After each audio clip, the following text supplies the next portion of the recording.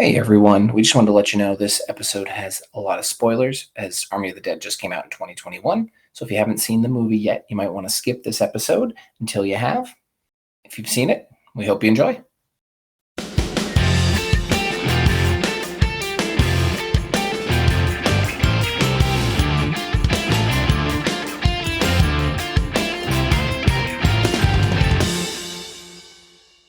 Hey everyone, I'm Ian. And I'm Sam. And this is Do I Like This, the podcast. Ooh, ooh, ooh, ooh. Oh, I like that one. This week, the podcast is going to the mainstream monthly. Accidentally, we're doing Army of the Dead. Totally accidentally, actually. I sat down a few nights ago, I started watching it, and Sam kind of came in and it went from there. I went downstairs for a cup of water before I was going back to bed. And I walked in like 20 minutes into the movie. And I think I was making fun of something. And then I just sat down and we just watched the whole thing. Yeah. We were up past midnight, which is way past our bedtime. This is not a short film, 2.5 hours. This is a Marvel Cinematic Universe connection, I think. Really. Yeah, we had a different movie we were going to do the next night. And so I was like, oh, I'll go to bed early and get some rest. Nope. And then I think our kid was up at like 5 the next morning. Oh, I know. That was one of the... She knew. She's like, you guys gonna try and pull that off? Okay. Yeah, so Army of the Dead, Zack Snyder, out on Netflix. Yeah. So I will read the plot from Wikipedia. It gives the basics. It's not as long as Piranha 3D. So I'm sure y'all will be real disappointed in that. The movie's at least an hour longer than Piranha 3D. All right, y'all ready? Ready. Yeah, ready? I'm buckled in. A United States military convoy traveling from Area 51 collides with a car on the highway outside Las Vegas. The convoy's cargo, a zombie, escapes, killing and infecting several soldiers before heading into the city.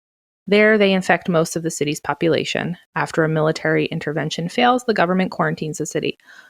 6 years later, casino owner Bly Tanaka and his associate Martin, who is played by the ever-creepy Garrett Dillahunt, you would recognize him from so many things. He's always a douchebag. Except in Raising Hope, he was a delightful... Oh, I didn't see that. He was a delightful airhead. Bly Tanaka and his associate Martin approach former Las Vegas resident and mercenary Scott Ward, who is played by... Dave Batista. Yep.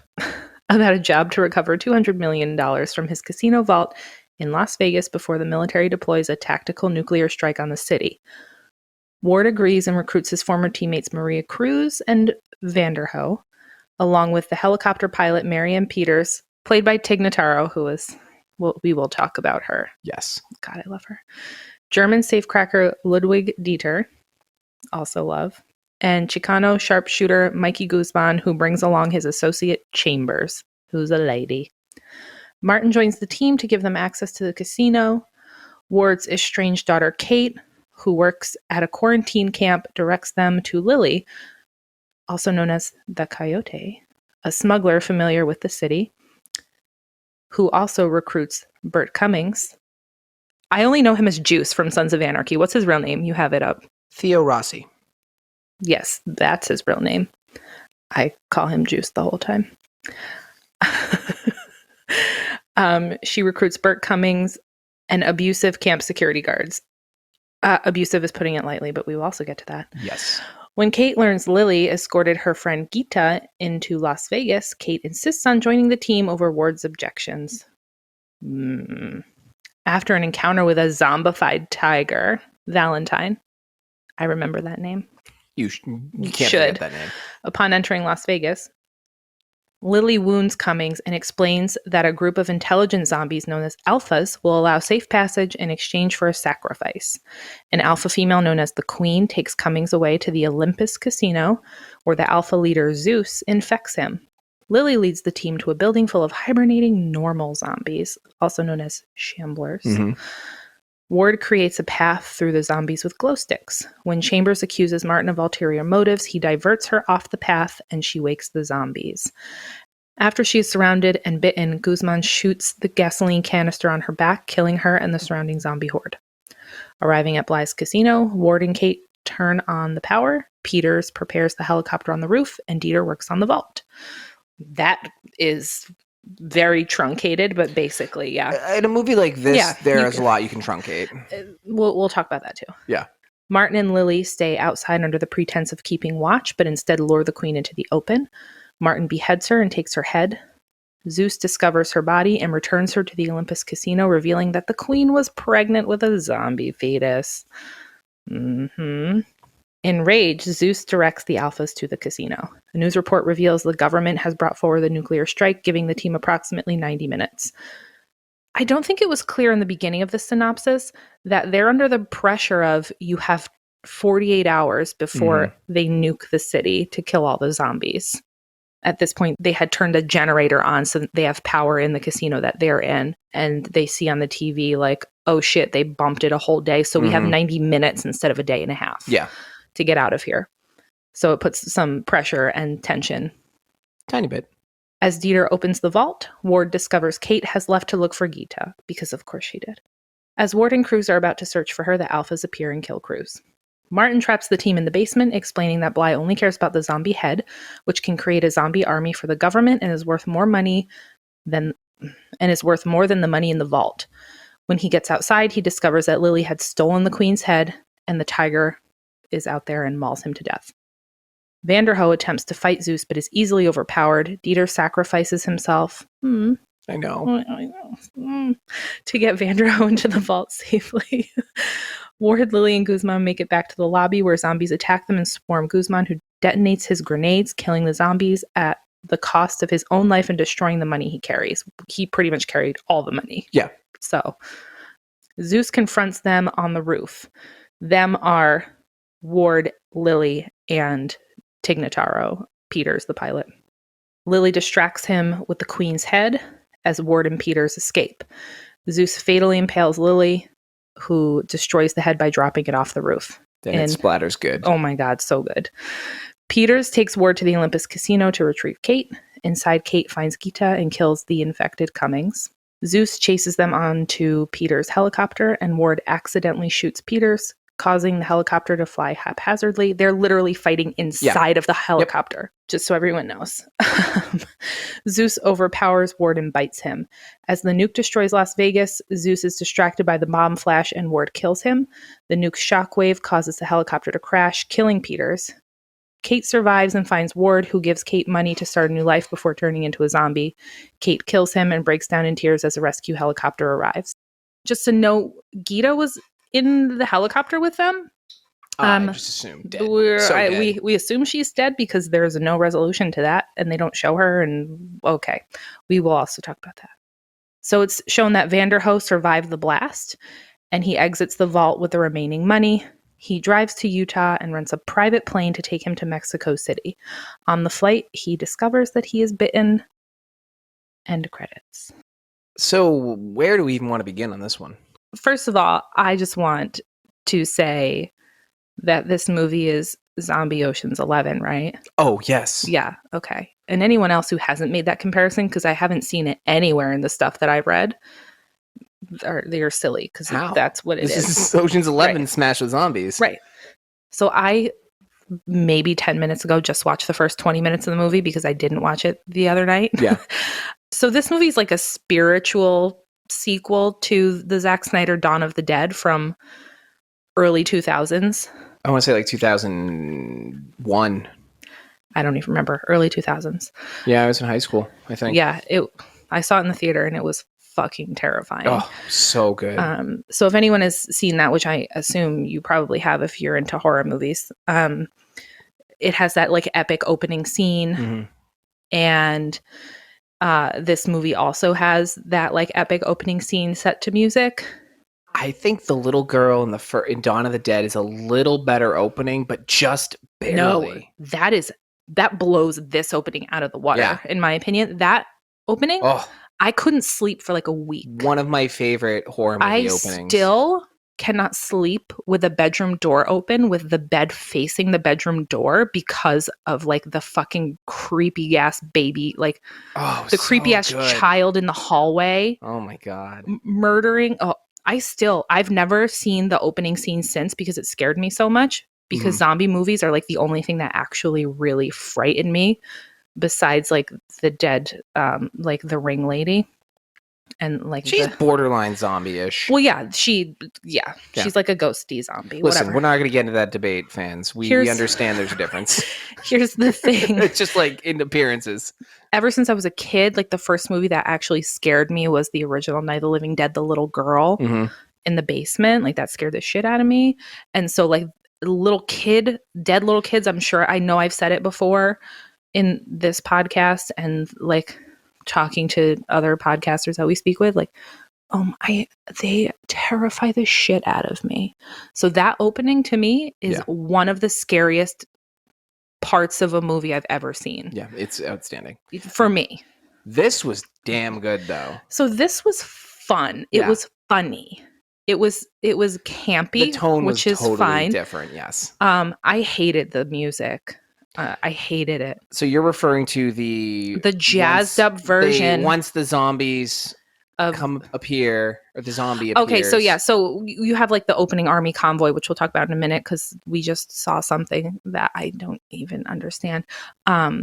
But once they're in Vegas and the zombies are taking over Vegas, it's set to this jazzy version of Viva Las Vegas by Elvis Presley. I wonder if it was Richard Cheese who sang the Sickness version from Dawn of the Dead. I wonder if he did this one too. I don't know, because I could figure out somehow. Because that was great, right? Oh, that was one of the best. I did not love. I don't think it, like, I liked the tone of it fit, but I just didn't like it. Like, I really hated it. And I really disliked a lot of the music in this movie. Like later on when there's like a lady acoustically singing Bad Moon by Creedence. Like, that was horrible. The right way to do that song. It was horrible. I hated it. We were talking how like you should just play the original.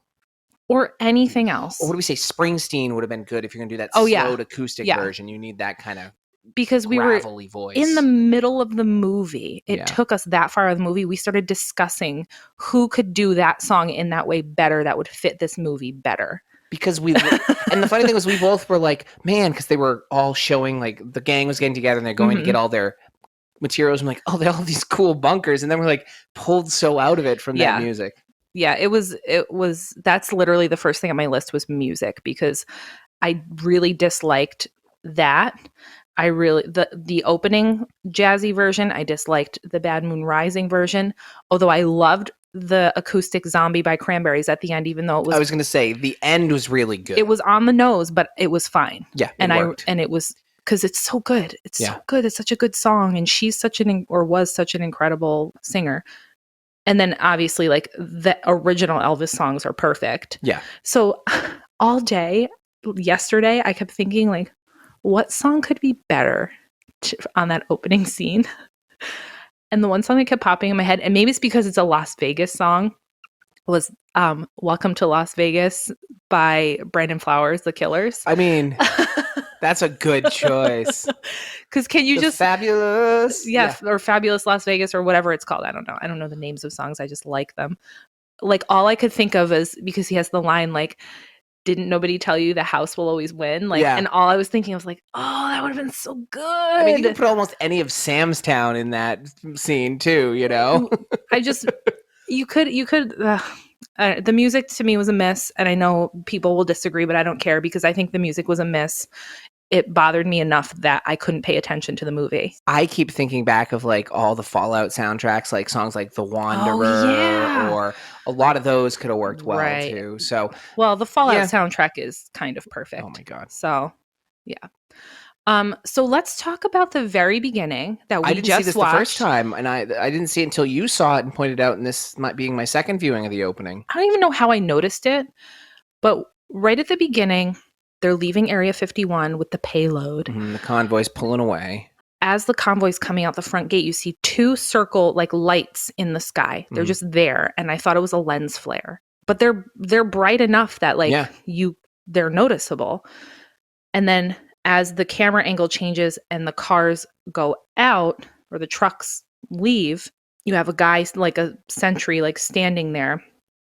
The two lights fly off noticeably, like there's a small sound too. Yeah, and they go in different directions. So they're spaceships. Yeah, 100%. They're fucking spaceships at Area 51. So it's aliens, right? These are alien zombie creatures. It's Well, gotta be the story. The George Romero canon is that the alien virus is from outer space. Yeah, so that's gotta be what it's a play or homage to. Right. So I was just going to say, I don't know if it's an homage or I don't know if it's him, like the background setup. So do we want to talk about the robots? Oh, yeah. Right That's now, the because I next think it aligns thing. in this. Yeah. So the next thing is, as we were watching, you notice only a few of the zombies have glowing blue eyes. Like Terminator T-1000, take that red glowy eye the skulls had and just make it blue. That's the look it had. Right. And then in one of the last like big blow up scenes where Guzman blows up with all the money, they're shooting the zombies and one of them gets shot and it's very obviously a robot. Because Ian and I both were like, what, is that a fucking robot? What the fuck is that a fucking robot? Like we both were like, wait, what? And then we just got so confused. We started rationalizing. We're like, all right, it's Vegas. Maybe they have animatronics and they somehow became zombies. I don't know. So what happens when you get infected, you get like blue like veins in your face and shit. And then you see like a pulse of blue sometimes when somebody like is turning or when they're killed. So the zombie has like this, it's almost like a lightning-y type. I don't even know what it is. But these were different. They were robots. Yes. Right. Can I just tell you something? No. So, well, I'm going to tell you anyway. So after we watched it, I went on a deep dive and just started reading articles like what Zack Snyder himself has said about it, not what other people are saying about it, because I don't really care what other people are saying about it. I care what the writer-director is saying about it. He confirms that they are robots. Okay. He says, I wonder what they could be. Could it be government, like the government put robots in to watch them? Could it be, alien technology? I don't know. And I'm like, what are you doing? He's clearly trying to hook you in for the money cash grab sequel, which we'll get.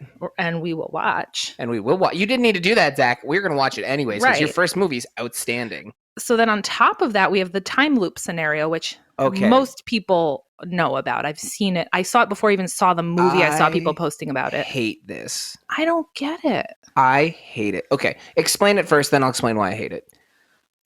Well, I guess I'll explain. Like, I read the Zack Snyder interview about it before I even saw the movie. And then I read it again after I saw the movie. It seemed like maybe like contextually it would make a little bit more sense. It makes about the same amount of sense. So basically so spoiler alert, Ian didn't notice this, but I did. So when they first get into the casino, they find a table, like a craps table or something, like poker table. And there's dead soldiers, like they look pretty like desiccated, like they've been there a while. Yeah. And they're like, oh my God, there's blueprints here. There's already been another team. This is crazy. Martin, what do you know about it? And Martin, who's the right-hand man of Tanaka's like, nah, I don't know. I'm like, fuck you, Martin. And he's so creepy that you genuinely don't know if he doesn't know or if he's lying to you. No, he's obviously lying. Everything he says is a lie. Yeah, who are we kidding? He's so good at that. If you look very closely, they're all dressed. The ones that you see are dressed like members of the team. Okay. I didn't catch that. It's really quick. It's very brief. But I also was looking for the time loop stuff, so I caught it. You had idea, right? Because I didn't know exactly where it was. When they get to the vault, it's so obvious that another character has like a monologue about it. So the meta like joke. When they're in the vault, it's Vanderho. I want to keep saying Vanderhoven, but that's not his name. Vanderho. What's his first name? Because I hate his name. Can't. Nope. His only name is Vanderho. Okay, well, I guess I'm calling him Vanderho then. So Vanderho and Dieter are working on the vault, which, by the way, is a very long scene. But I loved like every minute of it. These two are amazing. They have the best chemistry. They are delightful. They're like The Rock and Jason Statham. I would watch a spin-off just about these two. Right. Like, listen, I hate the Fast and Furious movies a lot. I've only ever seen the first two. I've seen pieces of other ones because a family member of mine is obsessed with them. I hate them. But I've seen the scenes like The Rock and Jason Statham, like in the later movies. Fucking gold, man. These two in this movie, Dieter and Vanderho, so good. Gold. And not just that, like comedically they're really good, but they also have really great chemistry. So when there's like the heartfelt moment when Dieter saves Vanderho and sacrifices himself, it's like you feel that. You're like, oh my God. I feel like you turned to me at that point. I may be misremembering, but you're like, I didn't think this movie was going to make me have feels. Yes, I did. I said something to that effect. I was like, wait, this is not supposed to make me feel feelings. But I mean, that's part of the surprise. All right. So anyways, they're talking about this time loop. Yeah, so I actually, I'm just going to sidetrack a little bit. In the beginning, when they're doing the montage, it sets up all of the characters, how they were like involved in Vegas and how they were just like regular people turned like mercenaries, basically. In this crazy environment that they were stuck in. Right. So Vanderho was a philosophy major. He had just gotten his degree or something because they all are like holding a photo of themselves with their family in front of a backdrop. I like that. It was good. I like that a lot because I said to Ian, I was like, oh, that sets them up without having to do like a ton of backstory. I love that. You get enough. You don't need it. Especially in a 2.5 hour movie already. Exactly. So that whole scene now makes way more sense to me because I'm like, what is he talking about? But he's a philosopher. It makes sense. So it makes way more sense. So he's in there talking. He's like, look at those bodies. He's like, Dieter, look at those bodies. Those are us. And it pans over the bodies and every single one of them has like the matching necklace or the scarf or whatever. And then it's showing the people that each body matches. And I'm like, okay, it's a little heavy handed. I could have done without that. That was a little much. But then he's like philosophically talking about like, you know, birth, death, rebirth. It all starts over if we're successful or we're not successful, whatever.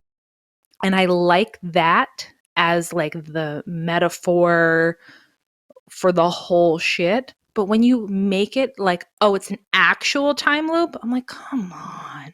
Okay. It doesn't make any sense. Here's where I stand. Listen, that plus zombies plus robots, too much, Zack Snyder, too much. That's exactly the point I was going to make. Listen, I'm a huge hard sci-fi reader. Yes. I love a good time loop in the right story. This isn't the right story for it because a time loop is so significant of a plot device. It needs to be the core of your story. It's not here. I don't think it needs to be the core, but I think it needs to be explained more. And I think it does need to be the core. I think the only reason that they used it was, well, first of all, I think it's really good if it's not an actual time loop. I like the whole commentary. And I like if it was like the illusion, like as he's looking at them, he's seeing like, oh, that one could be me and that one could be her. And that I like that. That would be fine. But right. The fact that they're exact. No. But what I'm saying is like he's imagining. That's what I thought was going on. But the fact that Zack Snyder confirmed multiple times that it's a time loop, to me, feels like, oh, he just wants to be able to bring the characters back in sequels. I mean, that is absolutely one rationale, and that's the only reason. So that's for an me. Insulting use of a time loop to me.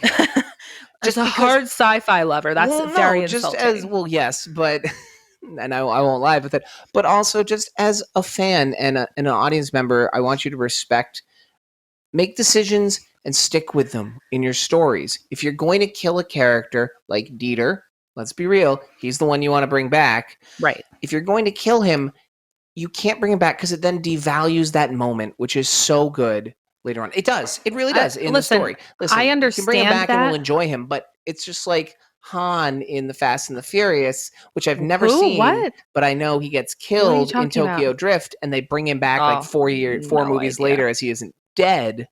And it's just one of those kind of things where like you franchise it gets too ridiculous if you're going to do stuff like that. Well, that's ridiculous. Well, I mean, that's a ridiculous franchise, but why are we talking so much about it? It's so bad. Because it's family. Oh God, I hate them all so much. This segment brought to you by Corona. I don't want to spend too much more time on the time loop. I don't think it devalues anything. I think that it just is like, it's very obvious that it's just a sequel setup. I wish they used it better. I wish he had a better rationale for it. You can't just like throw all of this like sci-fi shit at us on top of zombies and expect us to be like, oh yeah, cool, whatever. No. So since we're talking about characters, Dieter is like one of the best characters. So funny. It's either him or Peters. Well, yeah, I have Tig Notaro in big letters with Yeah, as you should. little heart emoji because I just love her so much.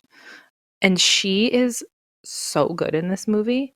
For someone who didn't shoot any scenes with any actual human Dude. beings.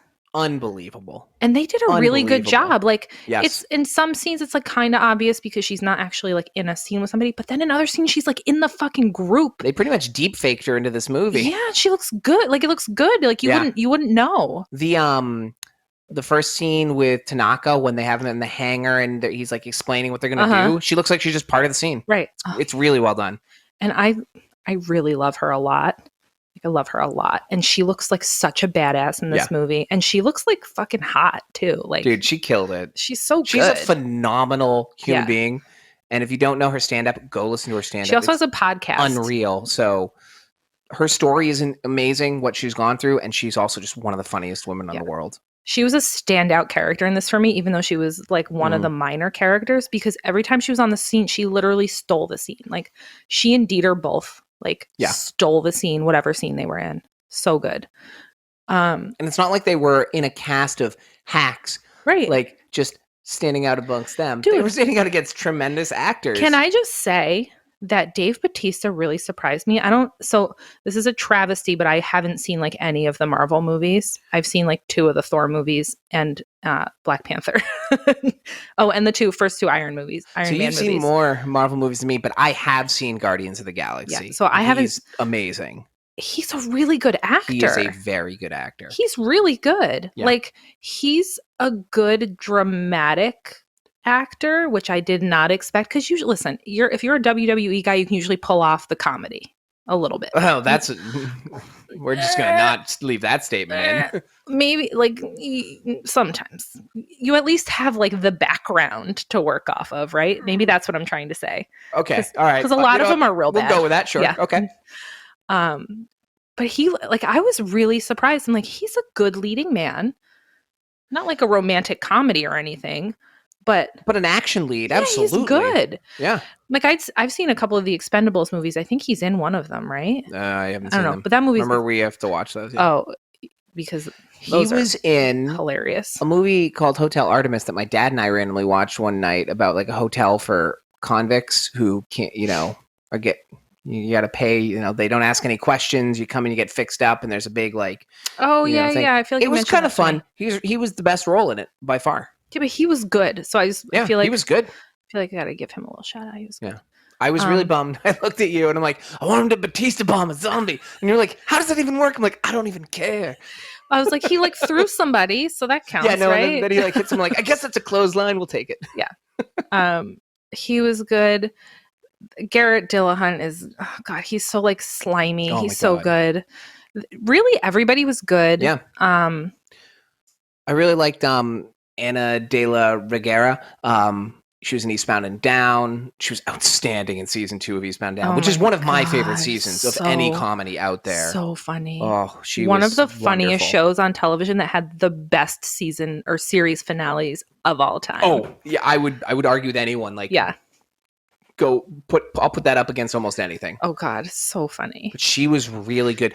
She was funny in that show. Her death was awesome. Oh my God, you called it. Her death was nuts, man. Yeah. I didn't expect her to go as quickly as she went, but Zeus, I didn't know he had a name. I didn't either, and it's a great name for him. I was just calling him the king of the zombies or the alpha.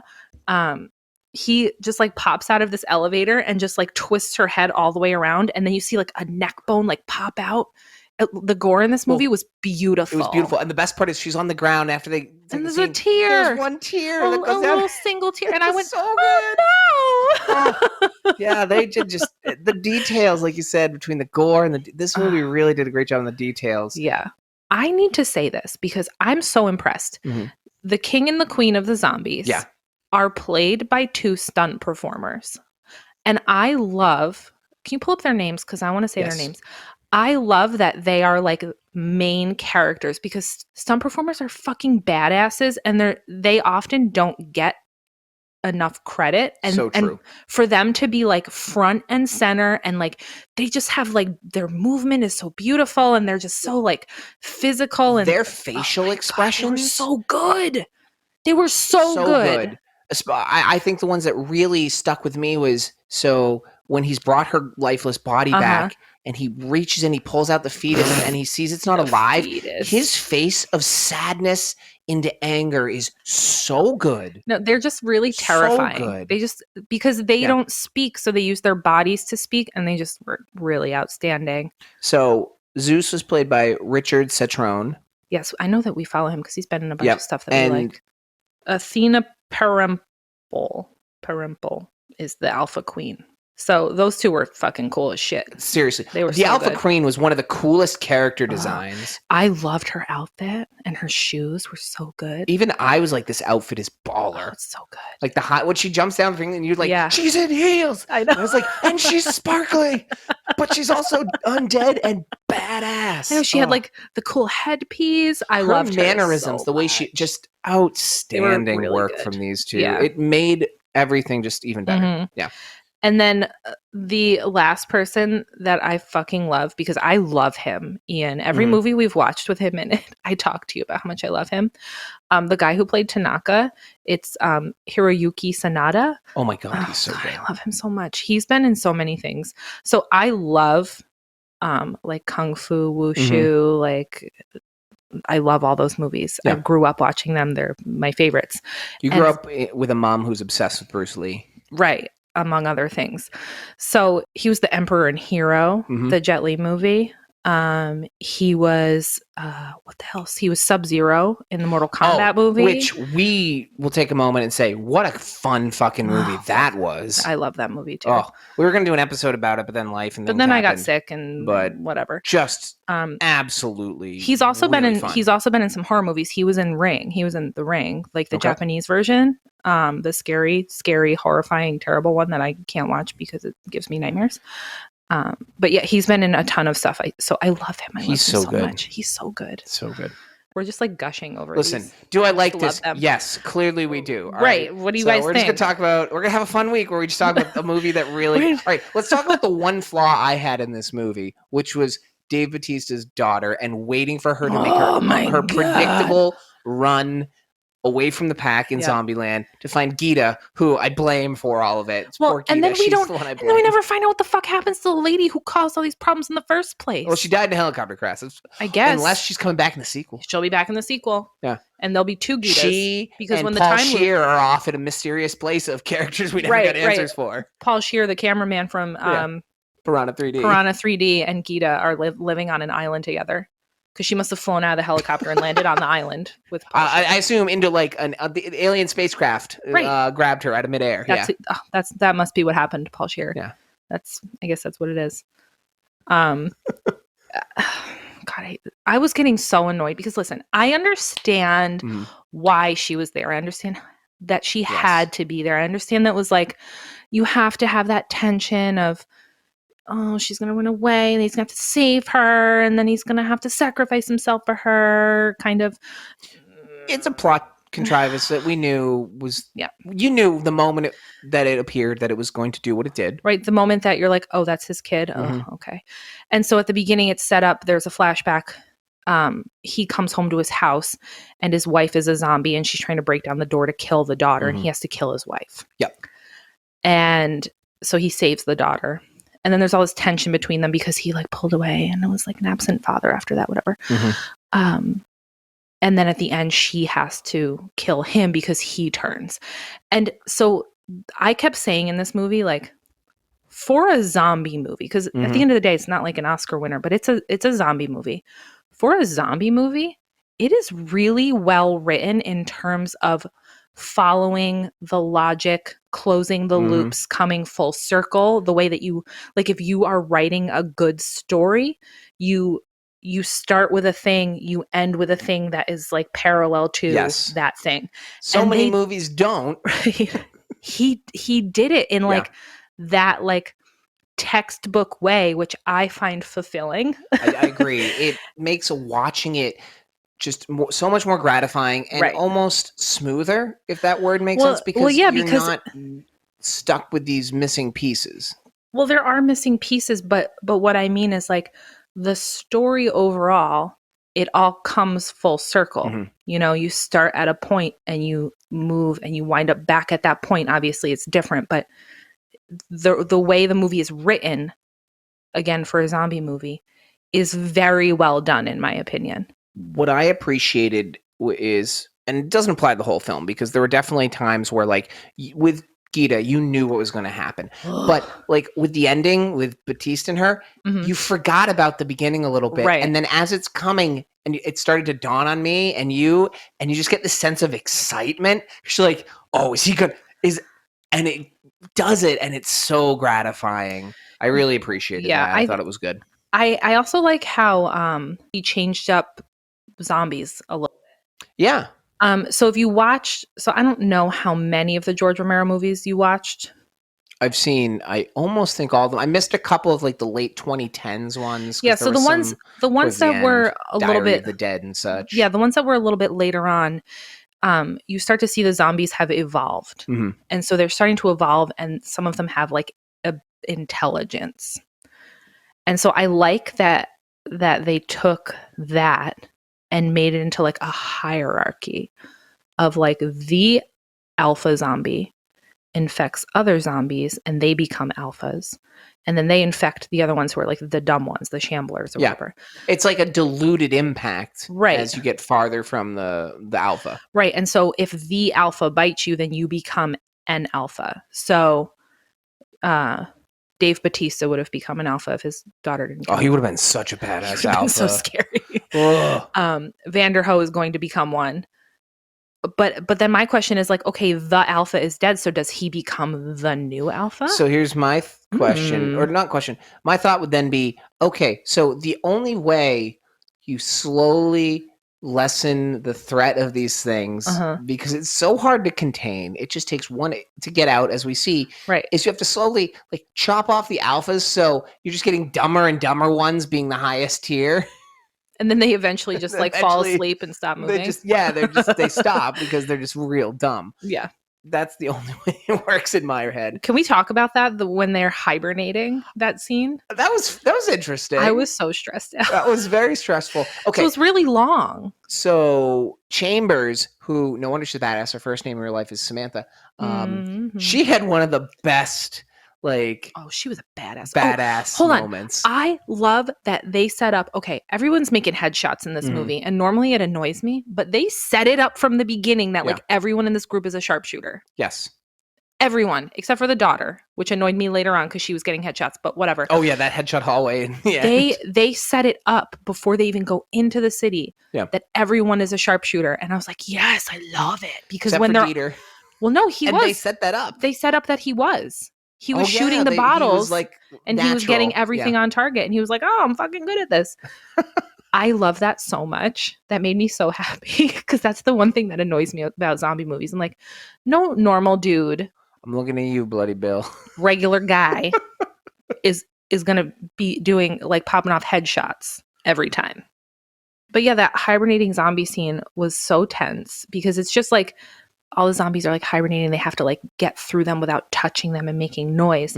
And so Martin, like Chambers, is like, you need to go in front of me because I don't trust your ass to watch my back. So she's going last. So he's in front of her, and he moved the glow stick so that she would go somewhere else and like get caught by zombies. But Martin's a fucking stupid head. Yeah.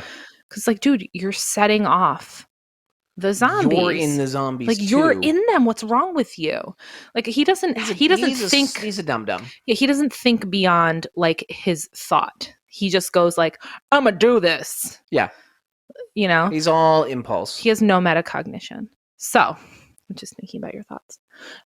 He is a dummy, and he causes this huge issue where she winds up having to like headshot through like badass destroying zombies until she gets overtaken. You were pretty sure she wasn't going to make it, but she was just awesome. She didn't make it. I was right. Well, I mean, yeah. But the best part is, so like he locks her in because she fights through probably like 30 or 40 of them to get to the door where he was. And they have like the face-to-face through the door, and he's like, sorry, honey. And she's like, I'm going to kill you. And you're like, all right. So he thinks he's done with her. Yeah. Lo and behold, like she comes bursting through a glass wall later. Awesome. Oh, it was great. And then she gets blowed up because They had those They fuel all set tanks up, on their backs. Yeah, they all had fuel tanks to fill the generator and the plane. So and the gratifying continuity continued. right, that's the thing I loved. Everything was set up. Mm-hmm. He thought about everything. Listen, the Rona did some good. This movie wasn't like filmed totally during Corona. I know that like pickups and stuff were, but and Tig Notaro. But it gave people like more time to like focus on details. And so some of the stuff that has come out that's been filmed like during Corona or like right before and then like edited and whatever afterward, I think has been like good. There's been like lots of like attention to detail, taking your time, we're not rushing it, you know. Something to be said for breathing for a second and then coming back to revisit before. Right, not like shoving it out the door. So I think that like listen, all of this was like written and pre-done before Corona because that's like Zack Snyder is that type of writer director. Yeah. But I think like putting it together, he probably was able to be like, I want robots and aliens. Well, it also kind of aligns with like, look at the Snyder cut of what he had originally wanted to do and how much better it was received when he had the time to actually put his true vision together. So Zack Snyder as a director, I like him. I always have because he's like a comic book guy. And so he storyboards everything, and then pretty much everything he shoots is exactly like the storyboard. And I'm a comic book girl. I love comics. I love people who think like that. I love making film. Anyone who's listened to this, like from the beginning, knows that. So like he is, to me, like I really enjoy him. I think he's fun. So everything he does has like a lot of attention to detail. There's a lot of little things. There's a lot of Easter eggs, you know. So I think it made this zombie movie, Easter which eggs could have like been Sean Spicer and Donna Brazile that we didn't notice in the background today. Just little things. Yeah, I saw him take. Ew, is that Sean Spicer? Ew. Yeah. Listen, at least he had a good sense to quit. Moving on. Was he going to debate the zombie population size? Oh, God, probably. Well, he was kind of. So there's a parallel to like what was happening in our country when this was like being written and filmed, which I thought was really interesting. Like the quarantine camp was basically, you know, anybody who spoke out against anything, immigrants, etc. So, you know, and they were like, "Oh, you might have a temperature. I'm gonna be a piece of shit to you." Like Juice's character is the guard. What's his name? Theo Rossi? Yes. I'm just going to call him Juice. Sorry. Sons of Anarchy fans know who I'm talking about. He was like a disgusting, rapey fuckface. Such a good job. I knew that when the coyote's like, oh, we need one more. He needs to come with us. I was like, oh, he's going to be a sacrifice. Low key, my favorite character was Lily the Coyote. Yeah, she was really a better character than I thought she was going to be. And she was well played. Yeah, she was great. Like I said, I think I liked every character in this movie, even the shitty ones.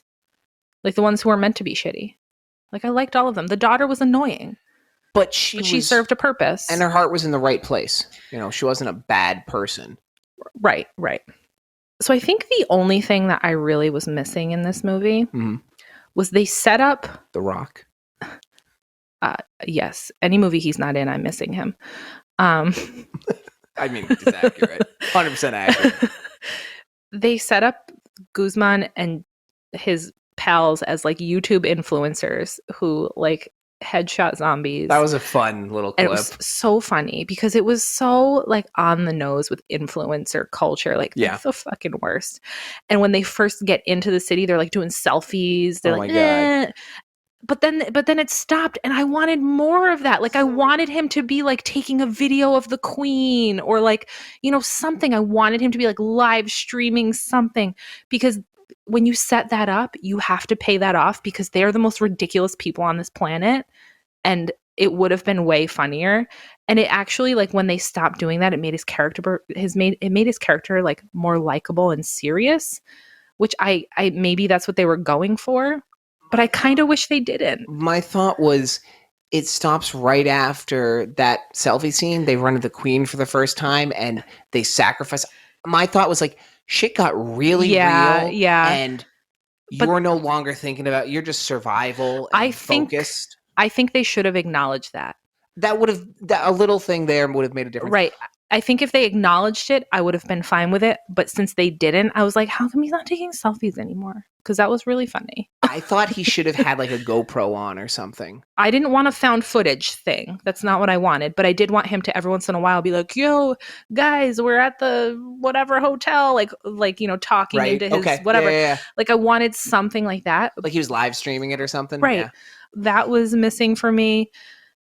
I get like what you said makes the most sense, and that's kind of what I was thinking happened, but it wasn't acknowledged. So to me, it didn't happen then. No, You right. That's just assumption. It could have been addressed. And I agree with you. I totally would have loved like if he like killed zombies and he was like updating his score. Yeah. For his followers, something. or tweeting it out, Right. something. Yeah.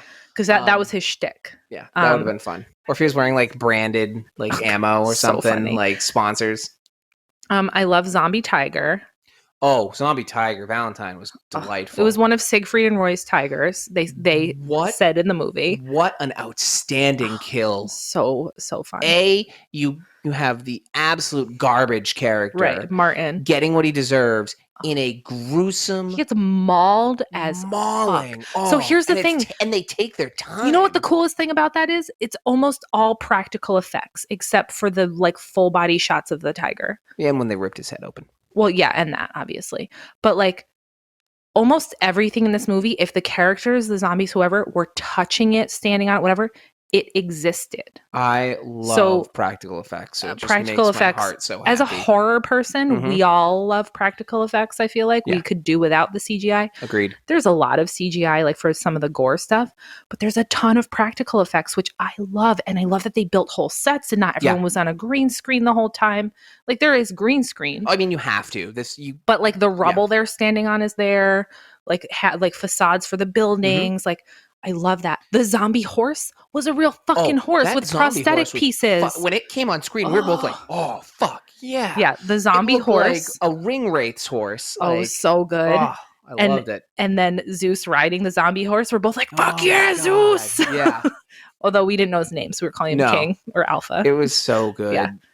Again, I think where I really appreciate all that is I grew up in these genres with, 60s, 70s, 80s, 90s horror. It was all practical effects. This was the pre-real CGIs, is what it is nowadays. Obviously, it was there, but it makes it feel more immersive. Mhm. It's just, you get a different performance from actors, Right. but it just, you just can't imagine and fill in things and expect it to have the same, Right. it doesn't read the same on film. Right. So it really I kudos think to doing as much as they yeah, did. I think it was really well done. I loved all of that. I think the only thing you and I kept joking about was because we hate Indiana Jones movie that shall not be named, about how like being in the vault would protect Evander Ho from the nuclear bomb, because the nuclear bomb, like him getting out of that vault. Oh my God, the radiation Was it like, levels? was it the same day? If it was the same day, he's dead. If it was the next day, he would probably walk out and be really sick. But luckily he's turning into a zombie, so it's fine. He would die very quickly. So I think comparison to Chernobyl, which was nowhere near the amount of radioactivity, and the people minutes after who were exposed to the core. But that's a different level, the core, as opposed like if you read about people from like Hiroshima, like if you're at the bomb's epicenter, when it hits, you're vaporized. If you're in that area, like you just get very, very, very ill. Like your teeth start falling out, your hair starts falling out, your skin basically melts off your body, whatever. But it takes a little while. But you are like, you get irradiated within minutes. Yeah. Like to the point where you're going to die. But luckily he's on the plane and he finds out he's a zombie. So all of that's just going to get better. Right? It was a really good vault. Right. It was a great It was a really good vault. As Dieter almost 111, I believe, was his number. Yeah. Dieter almost died of happiness, like caressing the blueprints. It was so funny. Oh my God. The Guggenheimer or whatever it was. His scenes with the vault. So good. Oh my God. He's precious, too precious for this world. They're making a prequel with him. The trailer just came out today. We didn't watch it yet. I didn't watch it. Did you? No, I didn't watch it yet. I was going to watch it with you. Yeah, we didn't watch it yet because we wanted to like do this before we watched the prequel. And the funny thing is, like, we watched this movie having no idea that was coming. Right. So the fact that my phone was like, "Hey, this came out today," I was like, "Are you kidding me?" Dude, they're doing an animated prequel. No, that's an animated prequel or sequel. I can't remember what it's called, with all the original characters coming back. I don't remember which one it is, but it's one of those. It's called like Lost Vegas or something. I don't know. I'll watch it. I'm enjoying this world. Right. So this movie definitely set up a much bigger world. And I think, like I said, the time loop sets up endless sequels. I think he's been spending too much time in the Marvel universe, and that's where the time loop came from. But whatever. I can see that. If all the sequels... Wait, he was DC. Was he DC? Yeah, he was DC. Which one did he do? He did the Suicide Squad. Oh, that's right. He did DC. And he did, yeah. Okay, so I don't think they had time loops either. I haven't seen any of those either. I saw the first couple of Batmans. Christopher I'll probably Nolan. see the new Suicide Squad because it's coming out in a couple weeks on HBO I have Max. zero and John interest. Cena's in it, and it looks funny. I have zero interest in any of those The movies. trailer for the new one looks more Marvel. It looks interesting. I know Nathan Fillion's in it, and I love him. So maybe, but DC is like not really my thing. I used to call DC standard for dull comics as a kid. Yeah, I was always a Marvel kid. Sorry, DC. No offense. Of. It's not meant to be mean. You just weren't my jam. I love Superman. I don't always love the Superman comics. Although there's a really great one called Kingdom Come. It's a graphic novel about Superman as he's older and like retired. And it's really good. And the guy, one of the artists on it, he is a quadriplegic. I think he's still alive. I hope he's still alive. He's like a young guy. And he did all the painting with his mouth. Wow. That's really awesome. Fucking cool. That's really fucking cool. Yeah. I had an affection for the Death of Superman series with Doomsday. I really enjoyed those strips. Oh, and like the Killing Joke. Yeah. Like those like one-offs are really good. I just could never get into the serialized one. I know that Brett is like really likes like some of the Batman stuff and whatever, but I liked Dr. Doom. He was the only one I really liked in DC Comics, but not for me. Yeah, I don't know. So, okay. Yeah. So Zack Snyder did DC. I don't know. I don't think they have time loops. Maybe he's trying to get into the Marvel universe. Who knows? Through a time loop. Through a time loop. So yeah, I love this movie. Oh, absolutely. Love this movie. I used to really love zombie movies, and then it got like super saturated. Like I love 28 Days Later. It's so good. Very, very good. I really like the original, the remake of Dawn of the Dead. I like the original too. I like all the George A. Romero zombie movies. Death Valley, Revenge, Bloody Bill. Oh yeah, that one too. Bloody Bill. But then it got like too much and I just was like not into them. And I'm like, I can't even watch these anymore. They suck. I think Shaun of the Dead was Shaun of the last Dead one yeah. that I really liked. But that's more of a comedy. Well, no, it is. But that was towards the end of my like. Right. It was zombies were getting so mainstream. I was like, okay, I enjoyed this. I'm good. Listen, you give me a Simon Pegg movie and I'm in. Yeah, Simon Pegg, Nick Frost. I'll watch it. Absolutely. Except for Paul. I never watched that Alien Oh one no, named I didn't Paul. want to watch that either. Let's just not talk about that one. Yeah. That's in that Indiana Jones that shall not be named. Same sort of genre situation happening. Amen. So yeah, I really like it. I really like the story.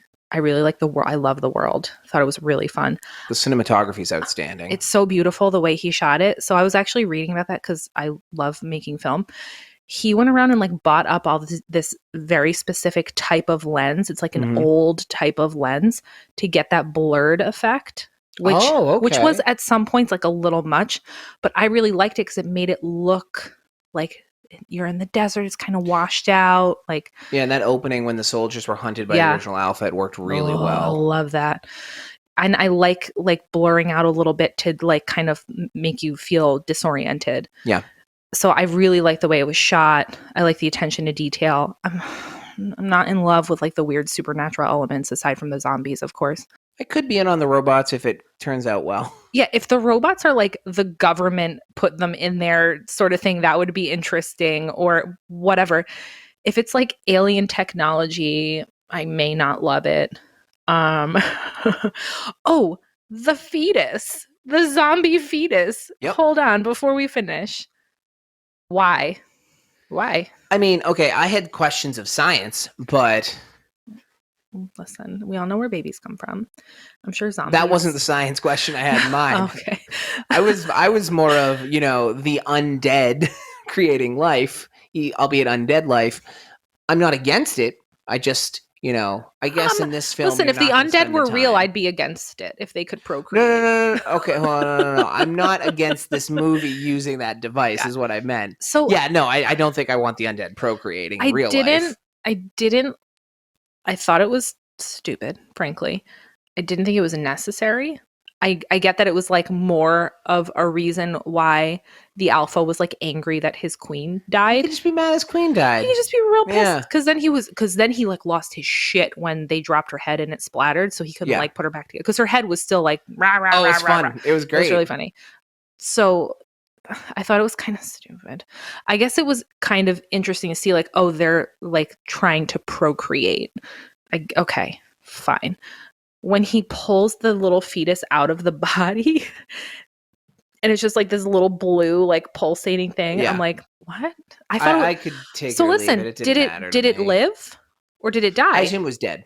Like I assume that, but we didn't see it die and it still had like the blue pulsating light. So I just thought like, well, it's undead. It can't die, right? I mean, when you're Unless born someone- dead, you can't die again, right? Right, unless somebody like shoots it in the head. Or And nobody drops it shot it off in the a head. building. Right. So I think maybe that might come into play in the next movie. That's just my I bet opinion. you're right. Honestly, I could have done without it. I didn't really care though. It was fine. We laughed about it. We thought it was weird. It was comical. Yeah, we thought it was weird. It doesn't do anything in this actual film, Right. really. No. So my only hope is that it sets something up for the future, which Ian's microphone just fell off of its stand. Not the first time it's ever happened. And how we're do you just even gonna do roll through- that? Don't even worry about it. I'm holding on. Holding on for dear life. Yeah. Yeah, so this movie is really well done. It was really fun. I don't think I have anything really bad to say about it except for like it is long. Yes. But I think that the pacing was good. I didn't have a problem with its length. Really. I never felt like it was overstaying its welcome. Yeah. I mean I was tired, but I wanted to keep watching it. Yeah. Which is why we didn't turn it off and finish it the next day. So I like it. I would recommend it. I think it's really fun. It's not scary. The Dawn of the Dead remake was scary to me. Like it freaked This was me more out. of an action This heist was movie. Yeah, this was an action. This was Ocean's 11 with zombies. Yeah. The characters were fun. The special effects and the makeup were awesome. There's so much like little silly things like zombie Elvis impersonators and showgirls and whatever. And so it's really enjoyable all around, in my opinion. I like how it comes full circle. I like the cliffhanger. I'm hoping like the sequel pays off and does this one justice. I'm really interested to see the prequel and then whatever the animated thing is. I don't know if it's a prequel or a sequel. So yeah, if anyone has like thoughts about like what is up with the time loop or the robots or the aliens or the fetus, like let us know on any of our socials. Which are all in the episode notes.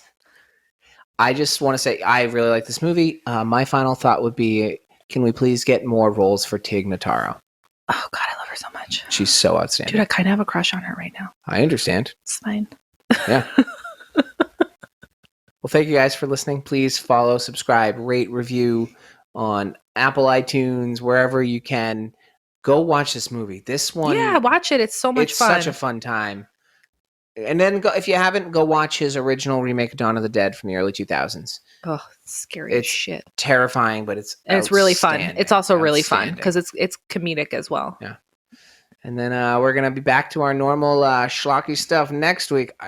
We got a good one that you found, so I'm excited about doing this one next week. Oh yeah, that's right. So you guys just then, wait. See you guys. I'm nervous. Now you know how I feel every time I pick one.